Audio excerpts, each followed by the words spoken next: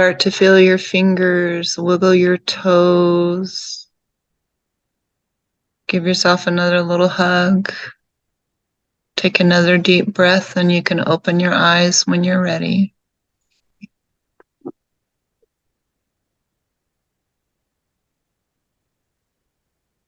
Practice that over and over and over again. That practice is what got me through after Grandma died. Mom. So, because I was really missing her and really needed to feel her. And give yourself, that's how you give yourself what you've lacked growing up. So that's it. Any I can see that being a beautiful share? practice for somebody that's lost someone. Absolutely. Yep. That was a different experience, and I'm such a creative mind that I get really good visuals. Uh-huh. Like one of my kids is like, "How do you read? That's not fun." And I'm like, "Dude, it's a movie in my head." And he's like, "No, it's just words."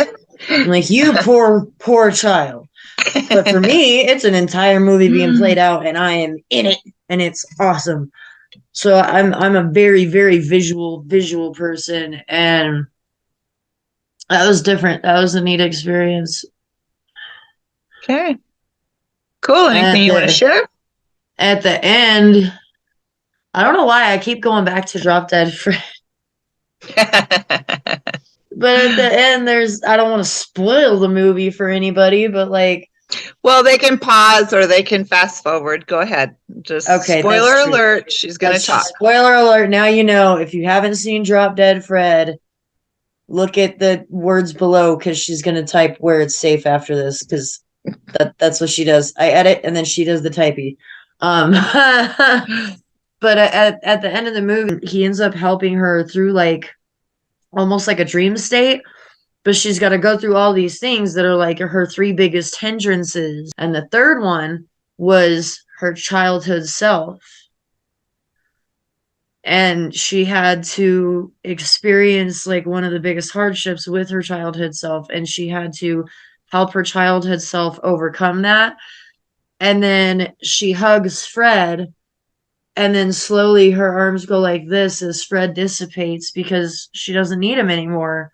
And she wakes up and handles business and is happy as could be after that.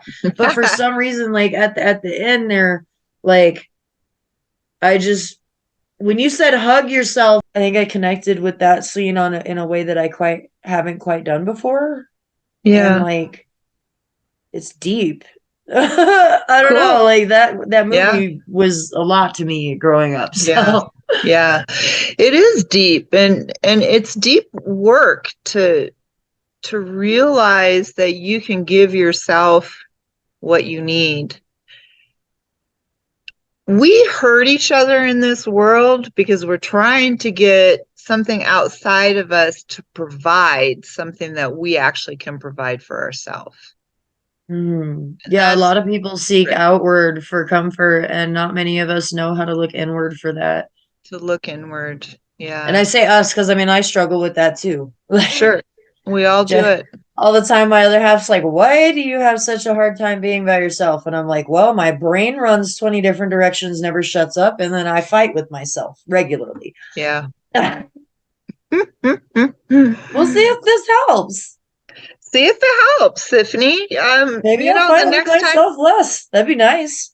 Yeah, when you start finding yourself fighting with you, kind of, settle down for a minute, close your eyes, do some breathing, and, kind of allow that and become the observer. What you're doing is becoming the observer of self, and let that self yell, scream, rant, do whatever. You're just observing. And if you watch that, and if you do this enough, even within the first or second time, hopefully what will happen, and the idea is that energy, that the self that you're looking at, the wounded self, it Mm. its energy will dissipate because you are providing it space. You're Yeah. providing it a loving space. You're saying, you do you, do get it out. And you're allowing that to happen. It will dissipate. Eventually the anger will turn to sadness, will turn to, whatever it needs to, grief, but eventually when it dissipates, what's left? Back to being that child. Your What is it? baseline self, so to speak. Yes, which is creative, which is loving, which is expansive, Curious. curious. Curious is my favorite word to describe a child. Curious. How much of our life have we stopped being curious because we're doing all the things that we're supposed to? Okay, we get up, we get ready, we get our kids ready, we get out the door, we go to a job. We're not even thinking. We're on like autopilot. That is such a curiosity killer. Yeah, grandma led to my wanting to be an explorer of life. And it just, that's probably the best gift she ever gave me. And she didn't even realize she was giving it. That's awesome. I love that. I love that. We give each other gifts by just being who we are Mm-hmm. and allowing ourselves to be that. So she loved um, traveling and had a very curious, what's it like over there? What's the weather like? What's the culture like? All that kind of stuff just really lit her fire. So, Hey guys, Siffany here. So, when Grace had done the meditation with me, I didn't exactly have like the greatest responses, so I wanted to post or add a video to this to share that. Um, the biggest takes that I got out of it, part of why the response was delayed was because it left me feeling very euphoric. Almost like if you get a nice dose of morphine at the hospital, right? And you're having a conversation, and in the middle of the conversation, you're just like, pretty sky.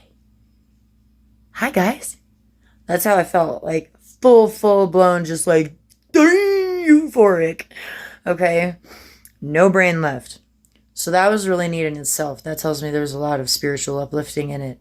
Um, what I went through was my younger self was the younger psychic in me, which I know I don't talk a lot about on here.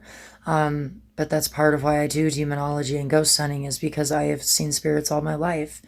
And I've been told that I was crazy for it. I've went through the psych system for it. They never found anything that would cause hallucinations. And spent my whole life thinking I was absolutely mad. So the younger self was that version of me. The older self, the mothering figure, um, embraced her and told her it's okay. And when it scares you, you just tell them to go away and to leave you alone. And you put your foot down and be firm and believe in it. And I also was able to tell her that you're not crazy. It is real. And you know what? Yeah, it can be hard and it can be scary sometimes, but there's also beautiful moments in it. I've delivered messages to people from the other side, and it has led to some of the most beautiful moments of my life and them sharing their story and sharing the relevance. And I informed her of all that, and then we hugged, and it was like all of the fear and all the worry and all the ridicule just washed away. And then the younger self went and painted a mural on the wall. So, which art has always been what I do when I feel free. Um, so that was my experience. It was actually very neat. I did not expect it to take me to the psychic part. I expected something very different. Um, to be open, be willing, honest, open, and willing. There we go again, like Grace's catchphrase. Um, Definitely give it a shot, though. Let us know what you think. If you're up to it, share with us. We'd love to hear if it helped at all, any any realizations or anything. And thank you so much, you guys. We absolutely love you. And thank you for following us. And thank you for sharing and for commenting and for all of your support. Ending message for Mother's Day? Um, well, I think remember perspective. If you are mother or child and you don't have that strongest relationship and maybe there's some trauma there, try to do the perspective flip. Put yourself in their shoes. Try to think of the outside perspective because that can really help sometimes, like understanding where that person came from and why their actions led to that. That in itself can be so healing. And then for those of you who are like me, like I have one of my children right now, but the other two I don't. One I have not seen in years because they ghosted, and the other one I see every couple months and then we call daily. And Mother's Day can be very painful. There was a point where I had zero of my children, and on Mother's Day, especially when you and the family are not on good terms, so you don't have your kids and you don't have your family, and you feel like you're just by yourself in this big bad world, I want you to focus on the good and allow yourself to feel. That's the biggest thing. Like, no matter what, you know, it's Mother's Day, it's going to be in your mind. And this, I would say the same for fathers on Father's Day, because I mean, this goes both ways. Mm-hmm. But allow yourself to take that time to cry.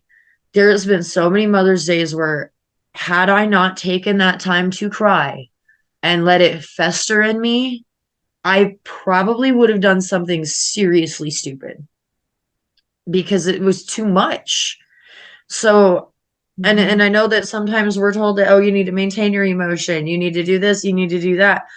I'm telling you, you do what you feel like you need to do. And if you need to cry all day, then you cry all day. You soak Yep. that pillow. If you Yep. need to scream and punch the pillow, punch your pillow. But allow yourself to feel it.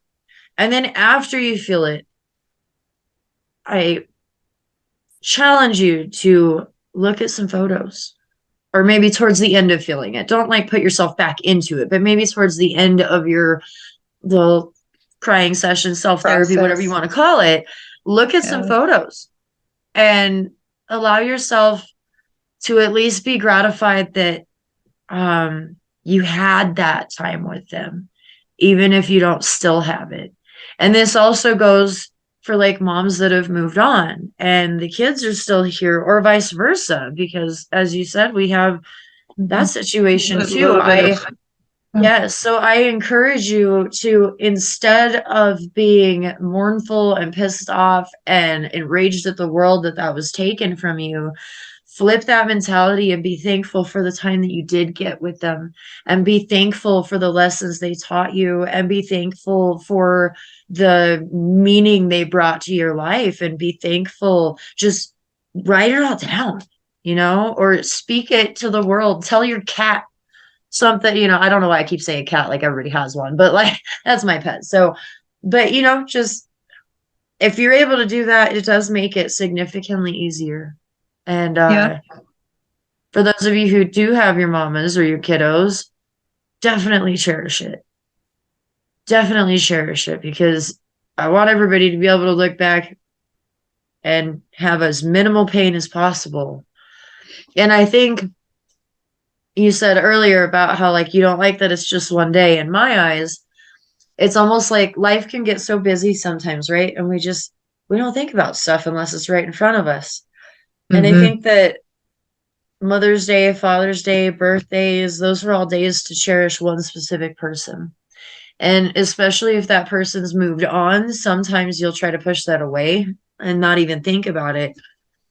Or you might be so busy that, maybe you start thinking, man, I really need to call mom, or I really, think of it as, this is a day for me to remember. This is a day for me to be Mm-hmm. grateful. And I forget however many other days through the year, but this is a I'm day not for going to me forget to, today. yeah, like this is the day Yeah. for me to say thank you for everything you gave me. Thank you for what you have taught me. And even if the lessons are Mhm. negative, like say your mom didn't know how to express love, all right? That's horrible. And I am so sorry if that is you, but it taught you how much you needed love, right? And you Hmm. probably went out and found it. I can almost guarantee Yep. most of you have gone out and found it or are currently actively seeking it. And even that in itself is a big lesson because some of us that grow up with love, we don't realize how much we actually need it and what it actually does for our souls. So even that in itself is still a lesson. It's still Hmm. something they taught you. Yep. Beautiful. That's mine. I challenge you to try to find the positives and let Hmm. yourself feel. Yep. Hoorah. I love it. Yep. From my standpoint, I mean, I grew up, mom was maybe a good word is stoic, so there wasn't a whole lot of touchy-feely going around. And I grew up really kind of feeling the lack of that, which turned into a lot of, something's wrong with me. I was built imperfectly. I don't fit here and I need to try to fit here and that kind of thing. But really, I did. There came a time that I realized mom loved me in a way that she knew how. So Mm. she wasn't touchy-feely, but I'll tell you what, she protected me. And she was, talk about a big mama bear. She was that. And I had to understand that it's not that she didn't love me, she loved me how she knew how. So I had to reconfigure that within myself. And for me, learning to nurture myself to be able to give that to myself. And yes, that was a big lesson for me. And one of the things that I brought forward into my own family is touchy feely.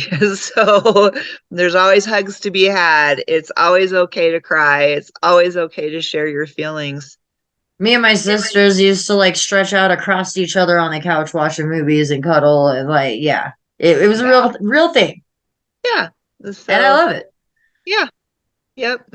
So that's the cool thing about life. We've been dealt one thing and eventually we get to do our own thing. And the more you're able to do your own thing,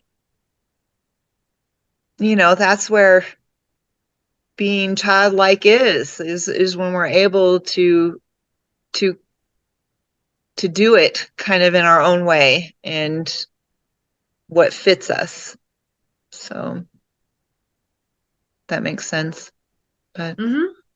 so be childlike, nurture that child within you, be the mother that you needed, the mother that you didn't have. Um, Keep a dialogue going in your head. When you're putting yourself down, be that mother. Hold on a minute. It's okay. We all make mistakes. We can do this differently. We can do it again. You're still loved. You're still okay. So And we have perfect timing on this because we have less than a minute left. sweet. Okay. Impeccable. All right. Thank you for joining another Thank you. episode. And thank you for your wisdom, Grace. Thank you for yours. That was pretty awesome. Happy to share. Bye. Until next time. Bye.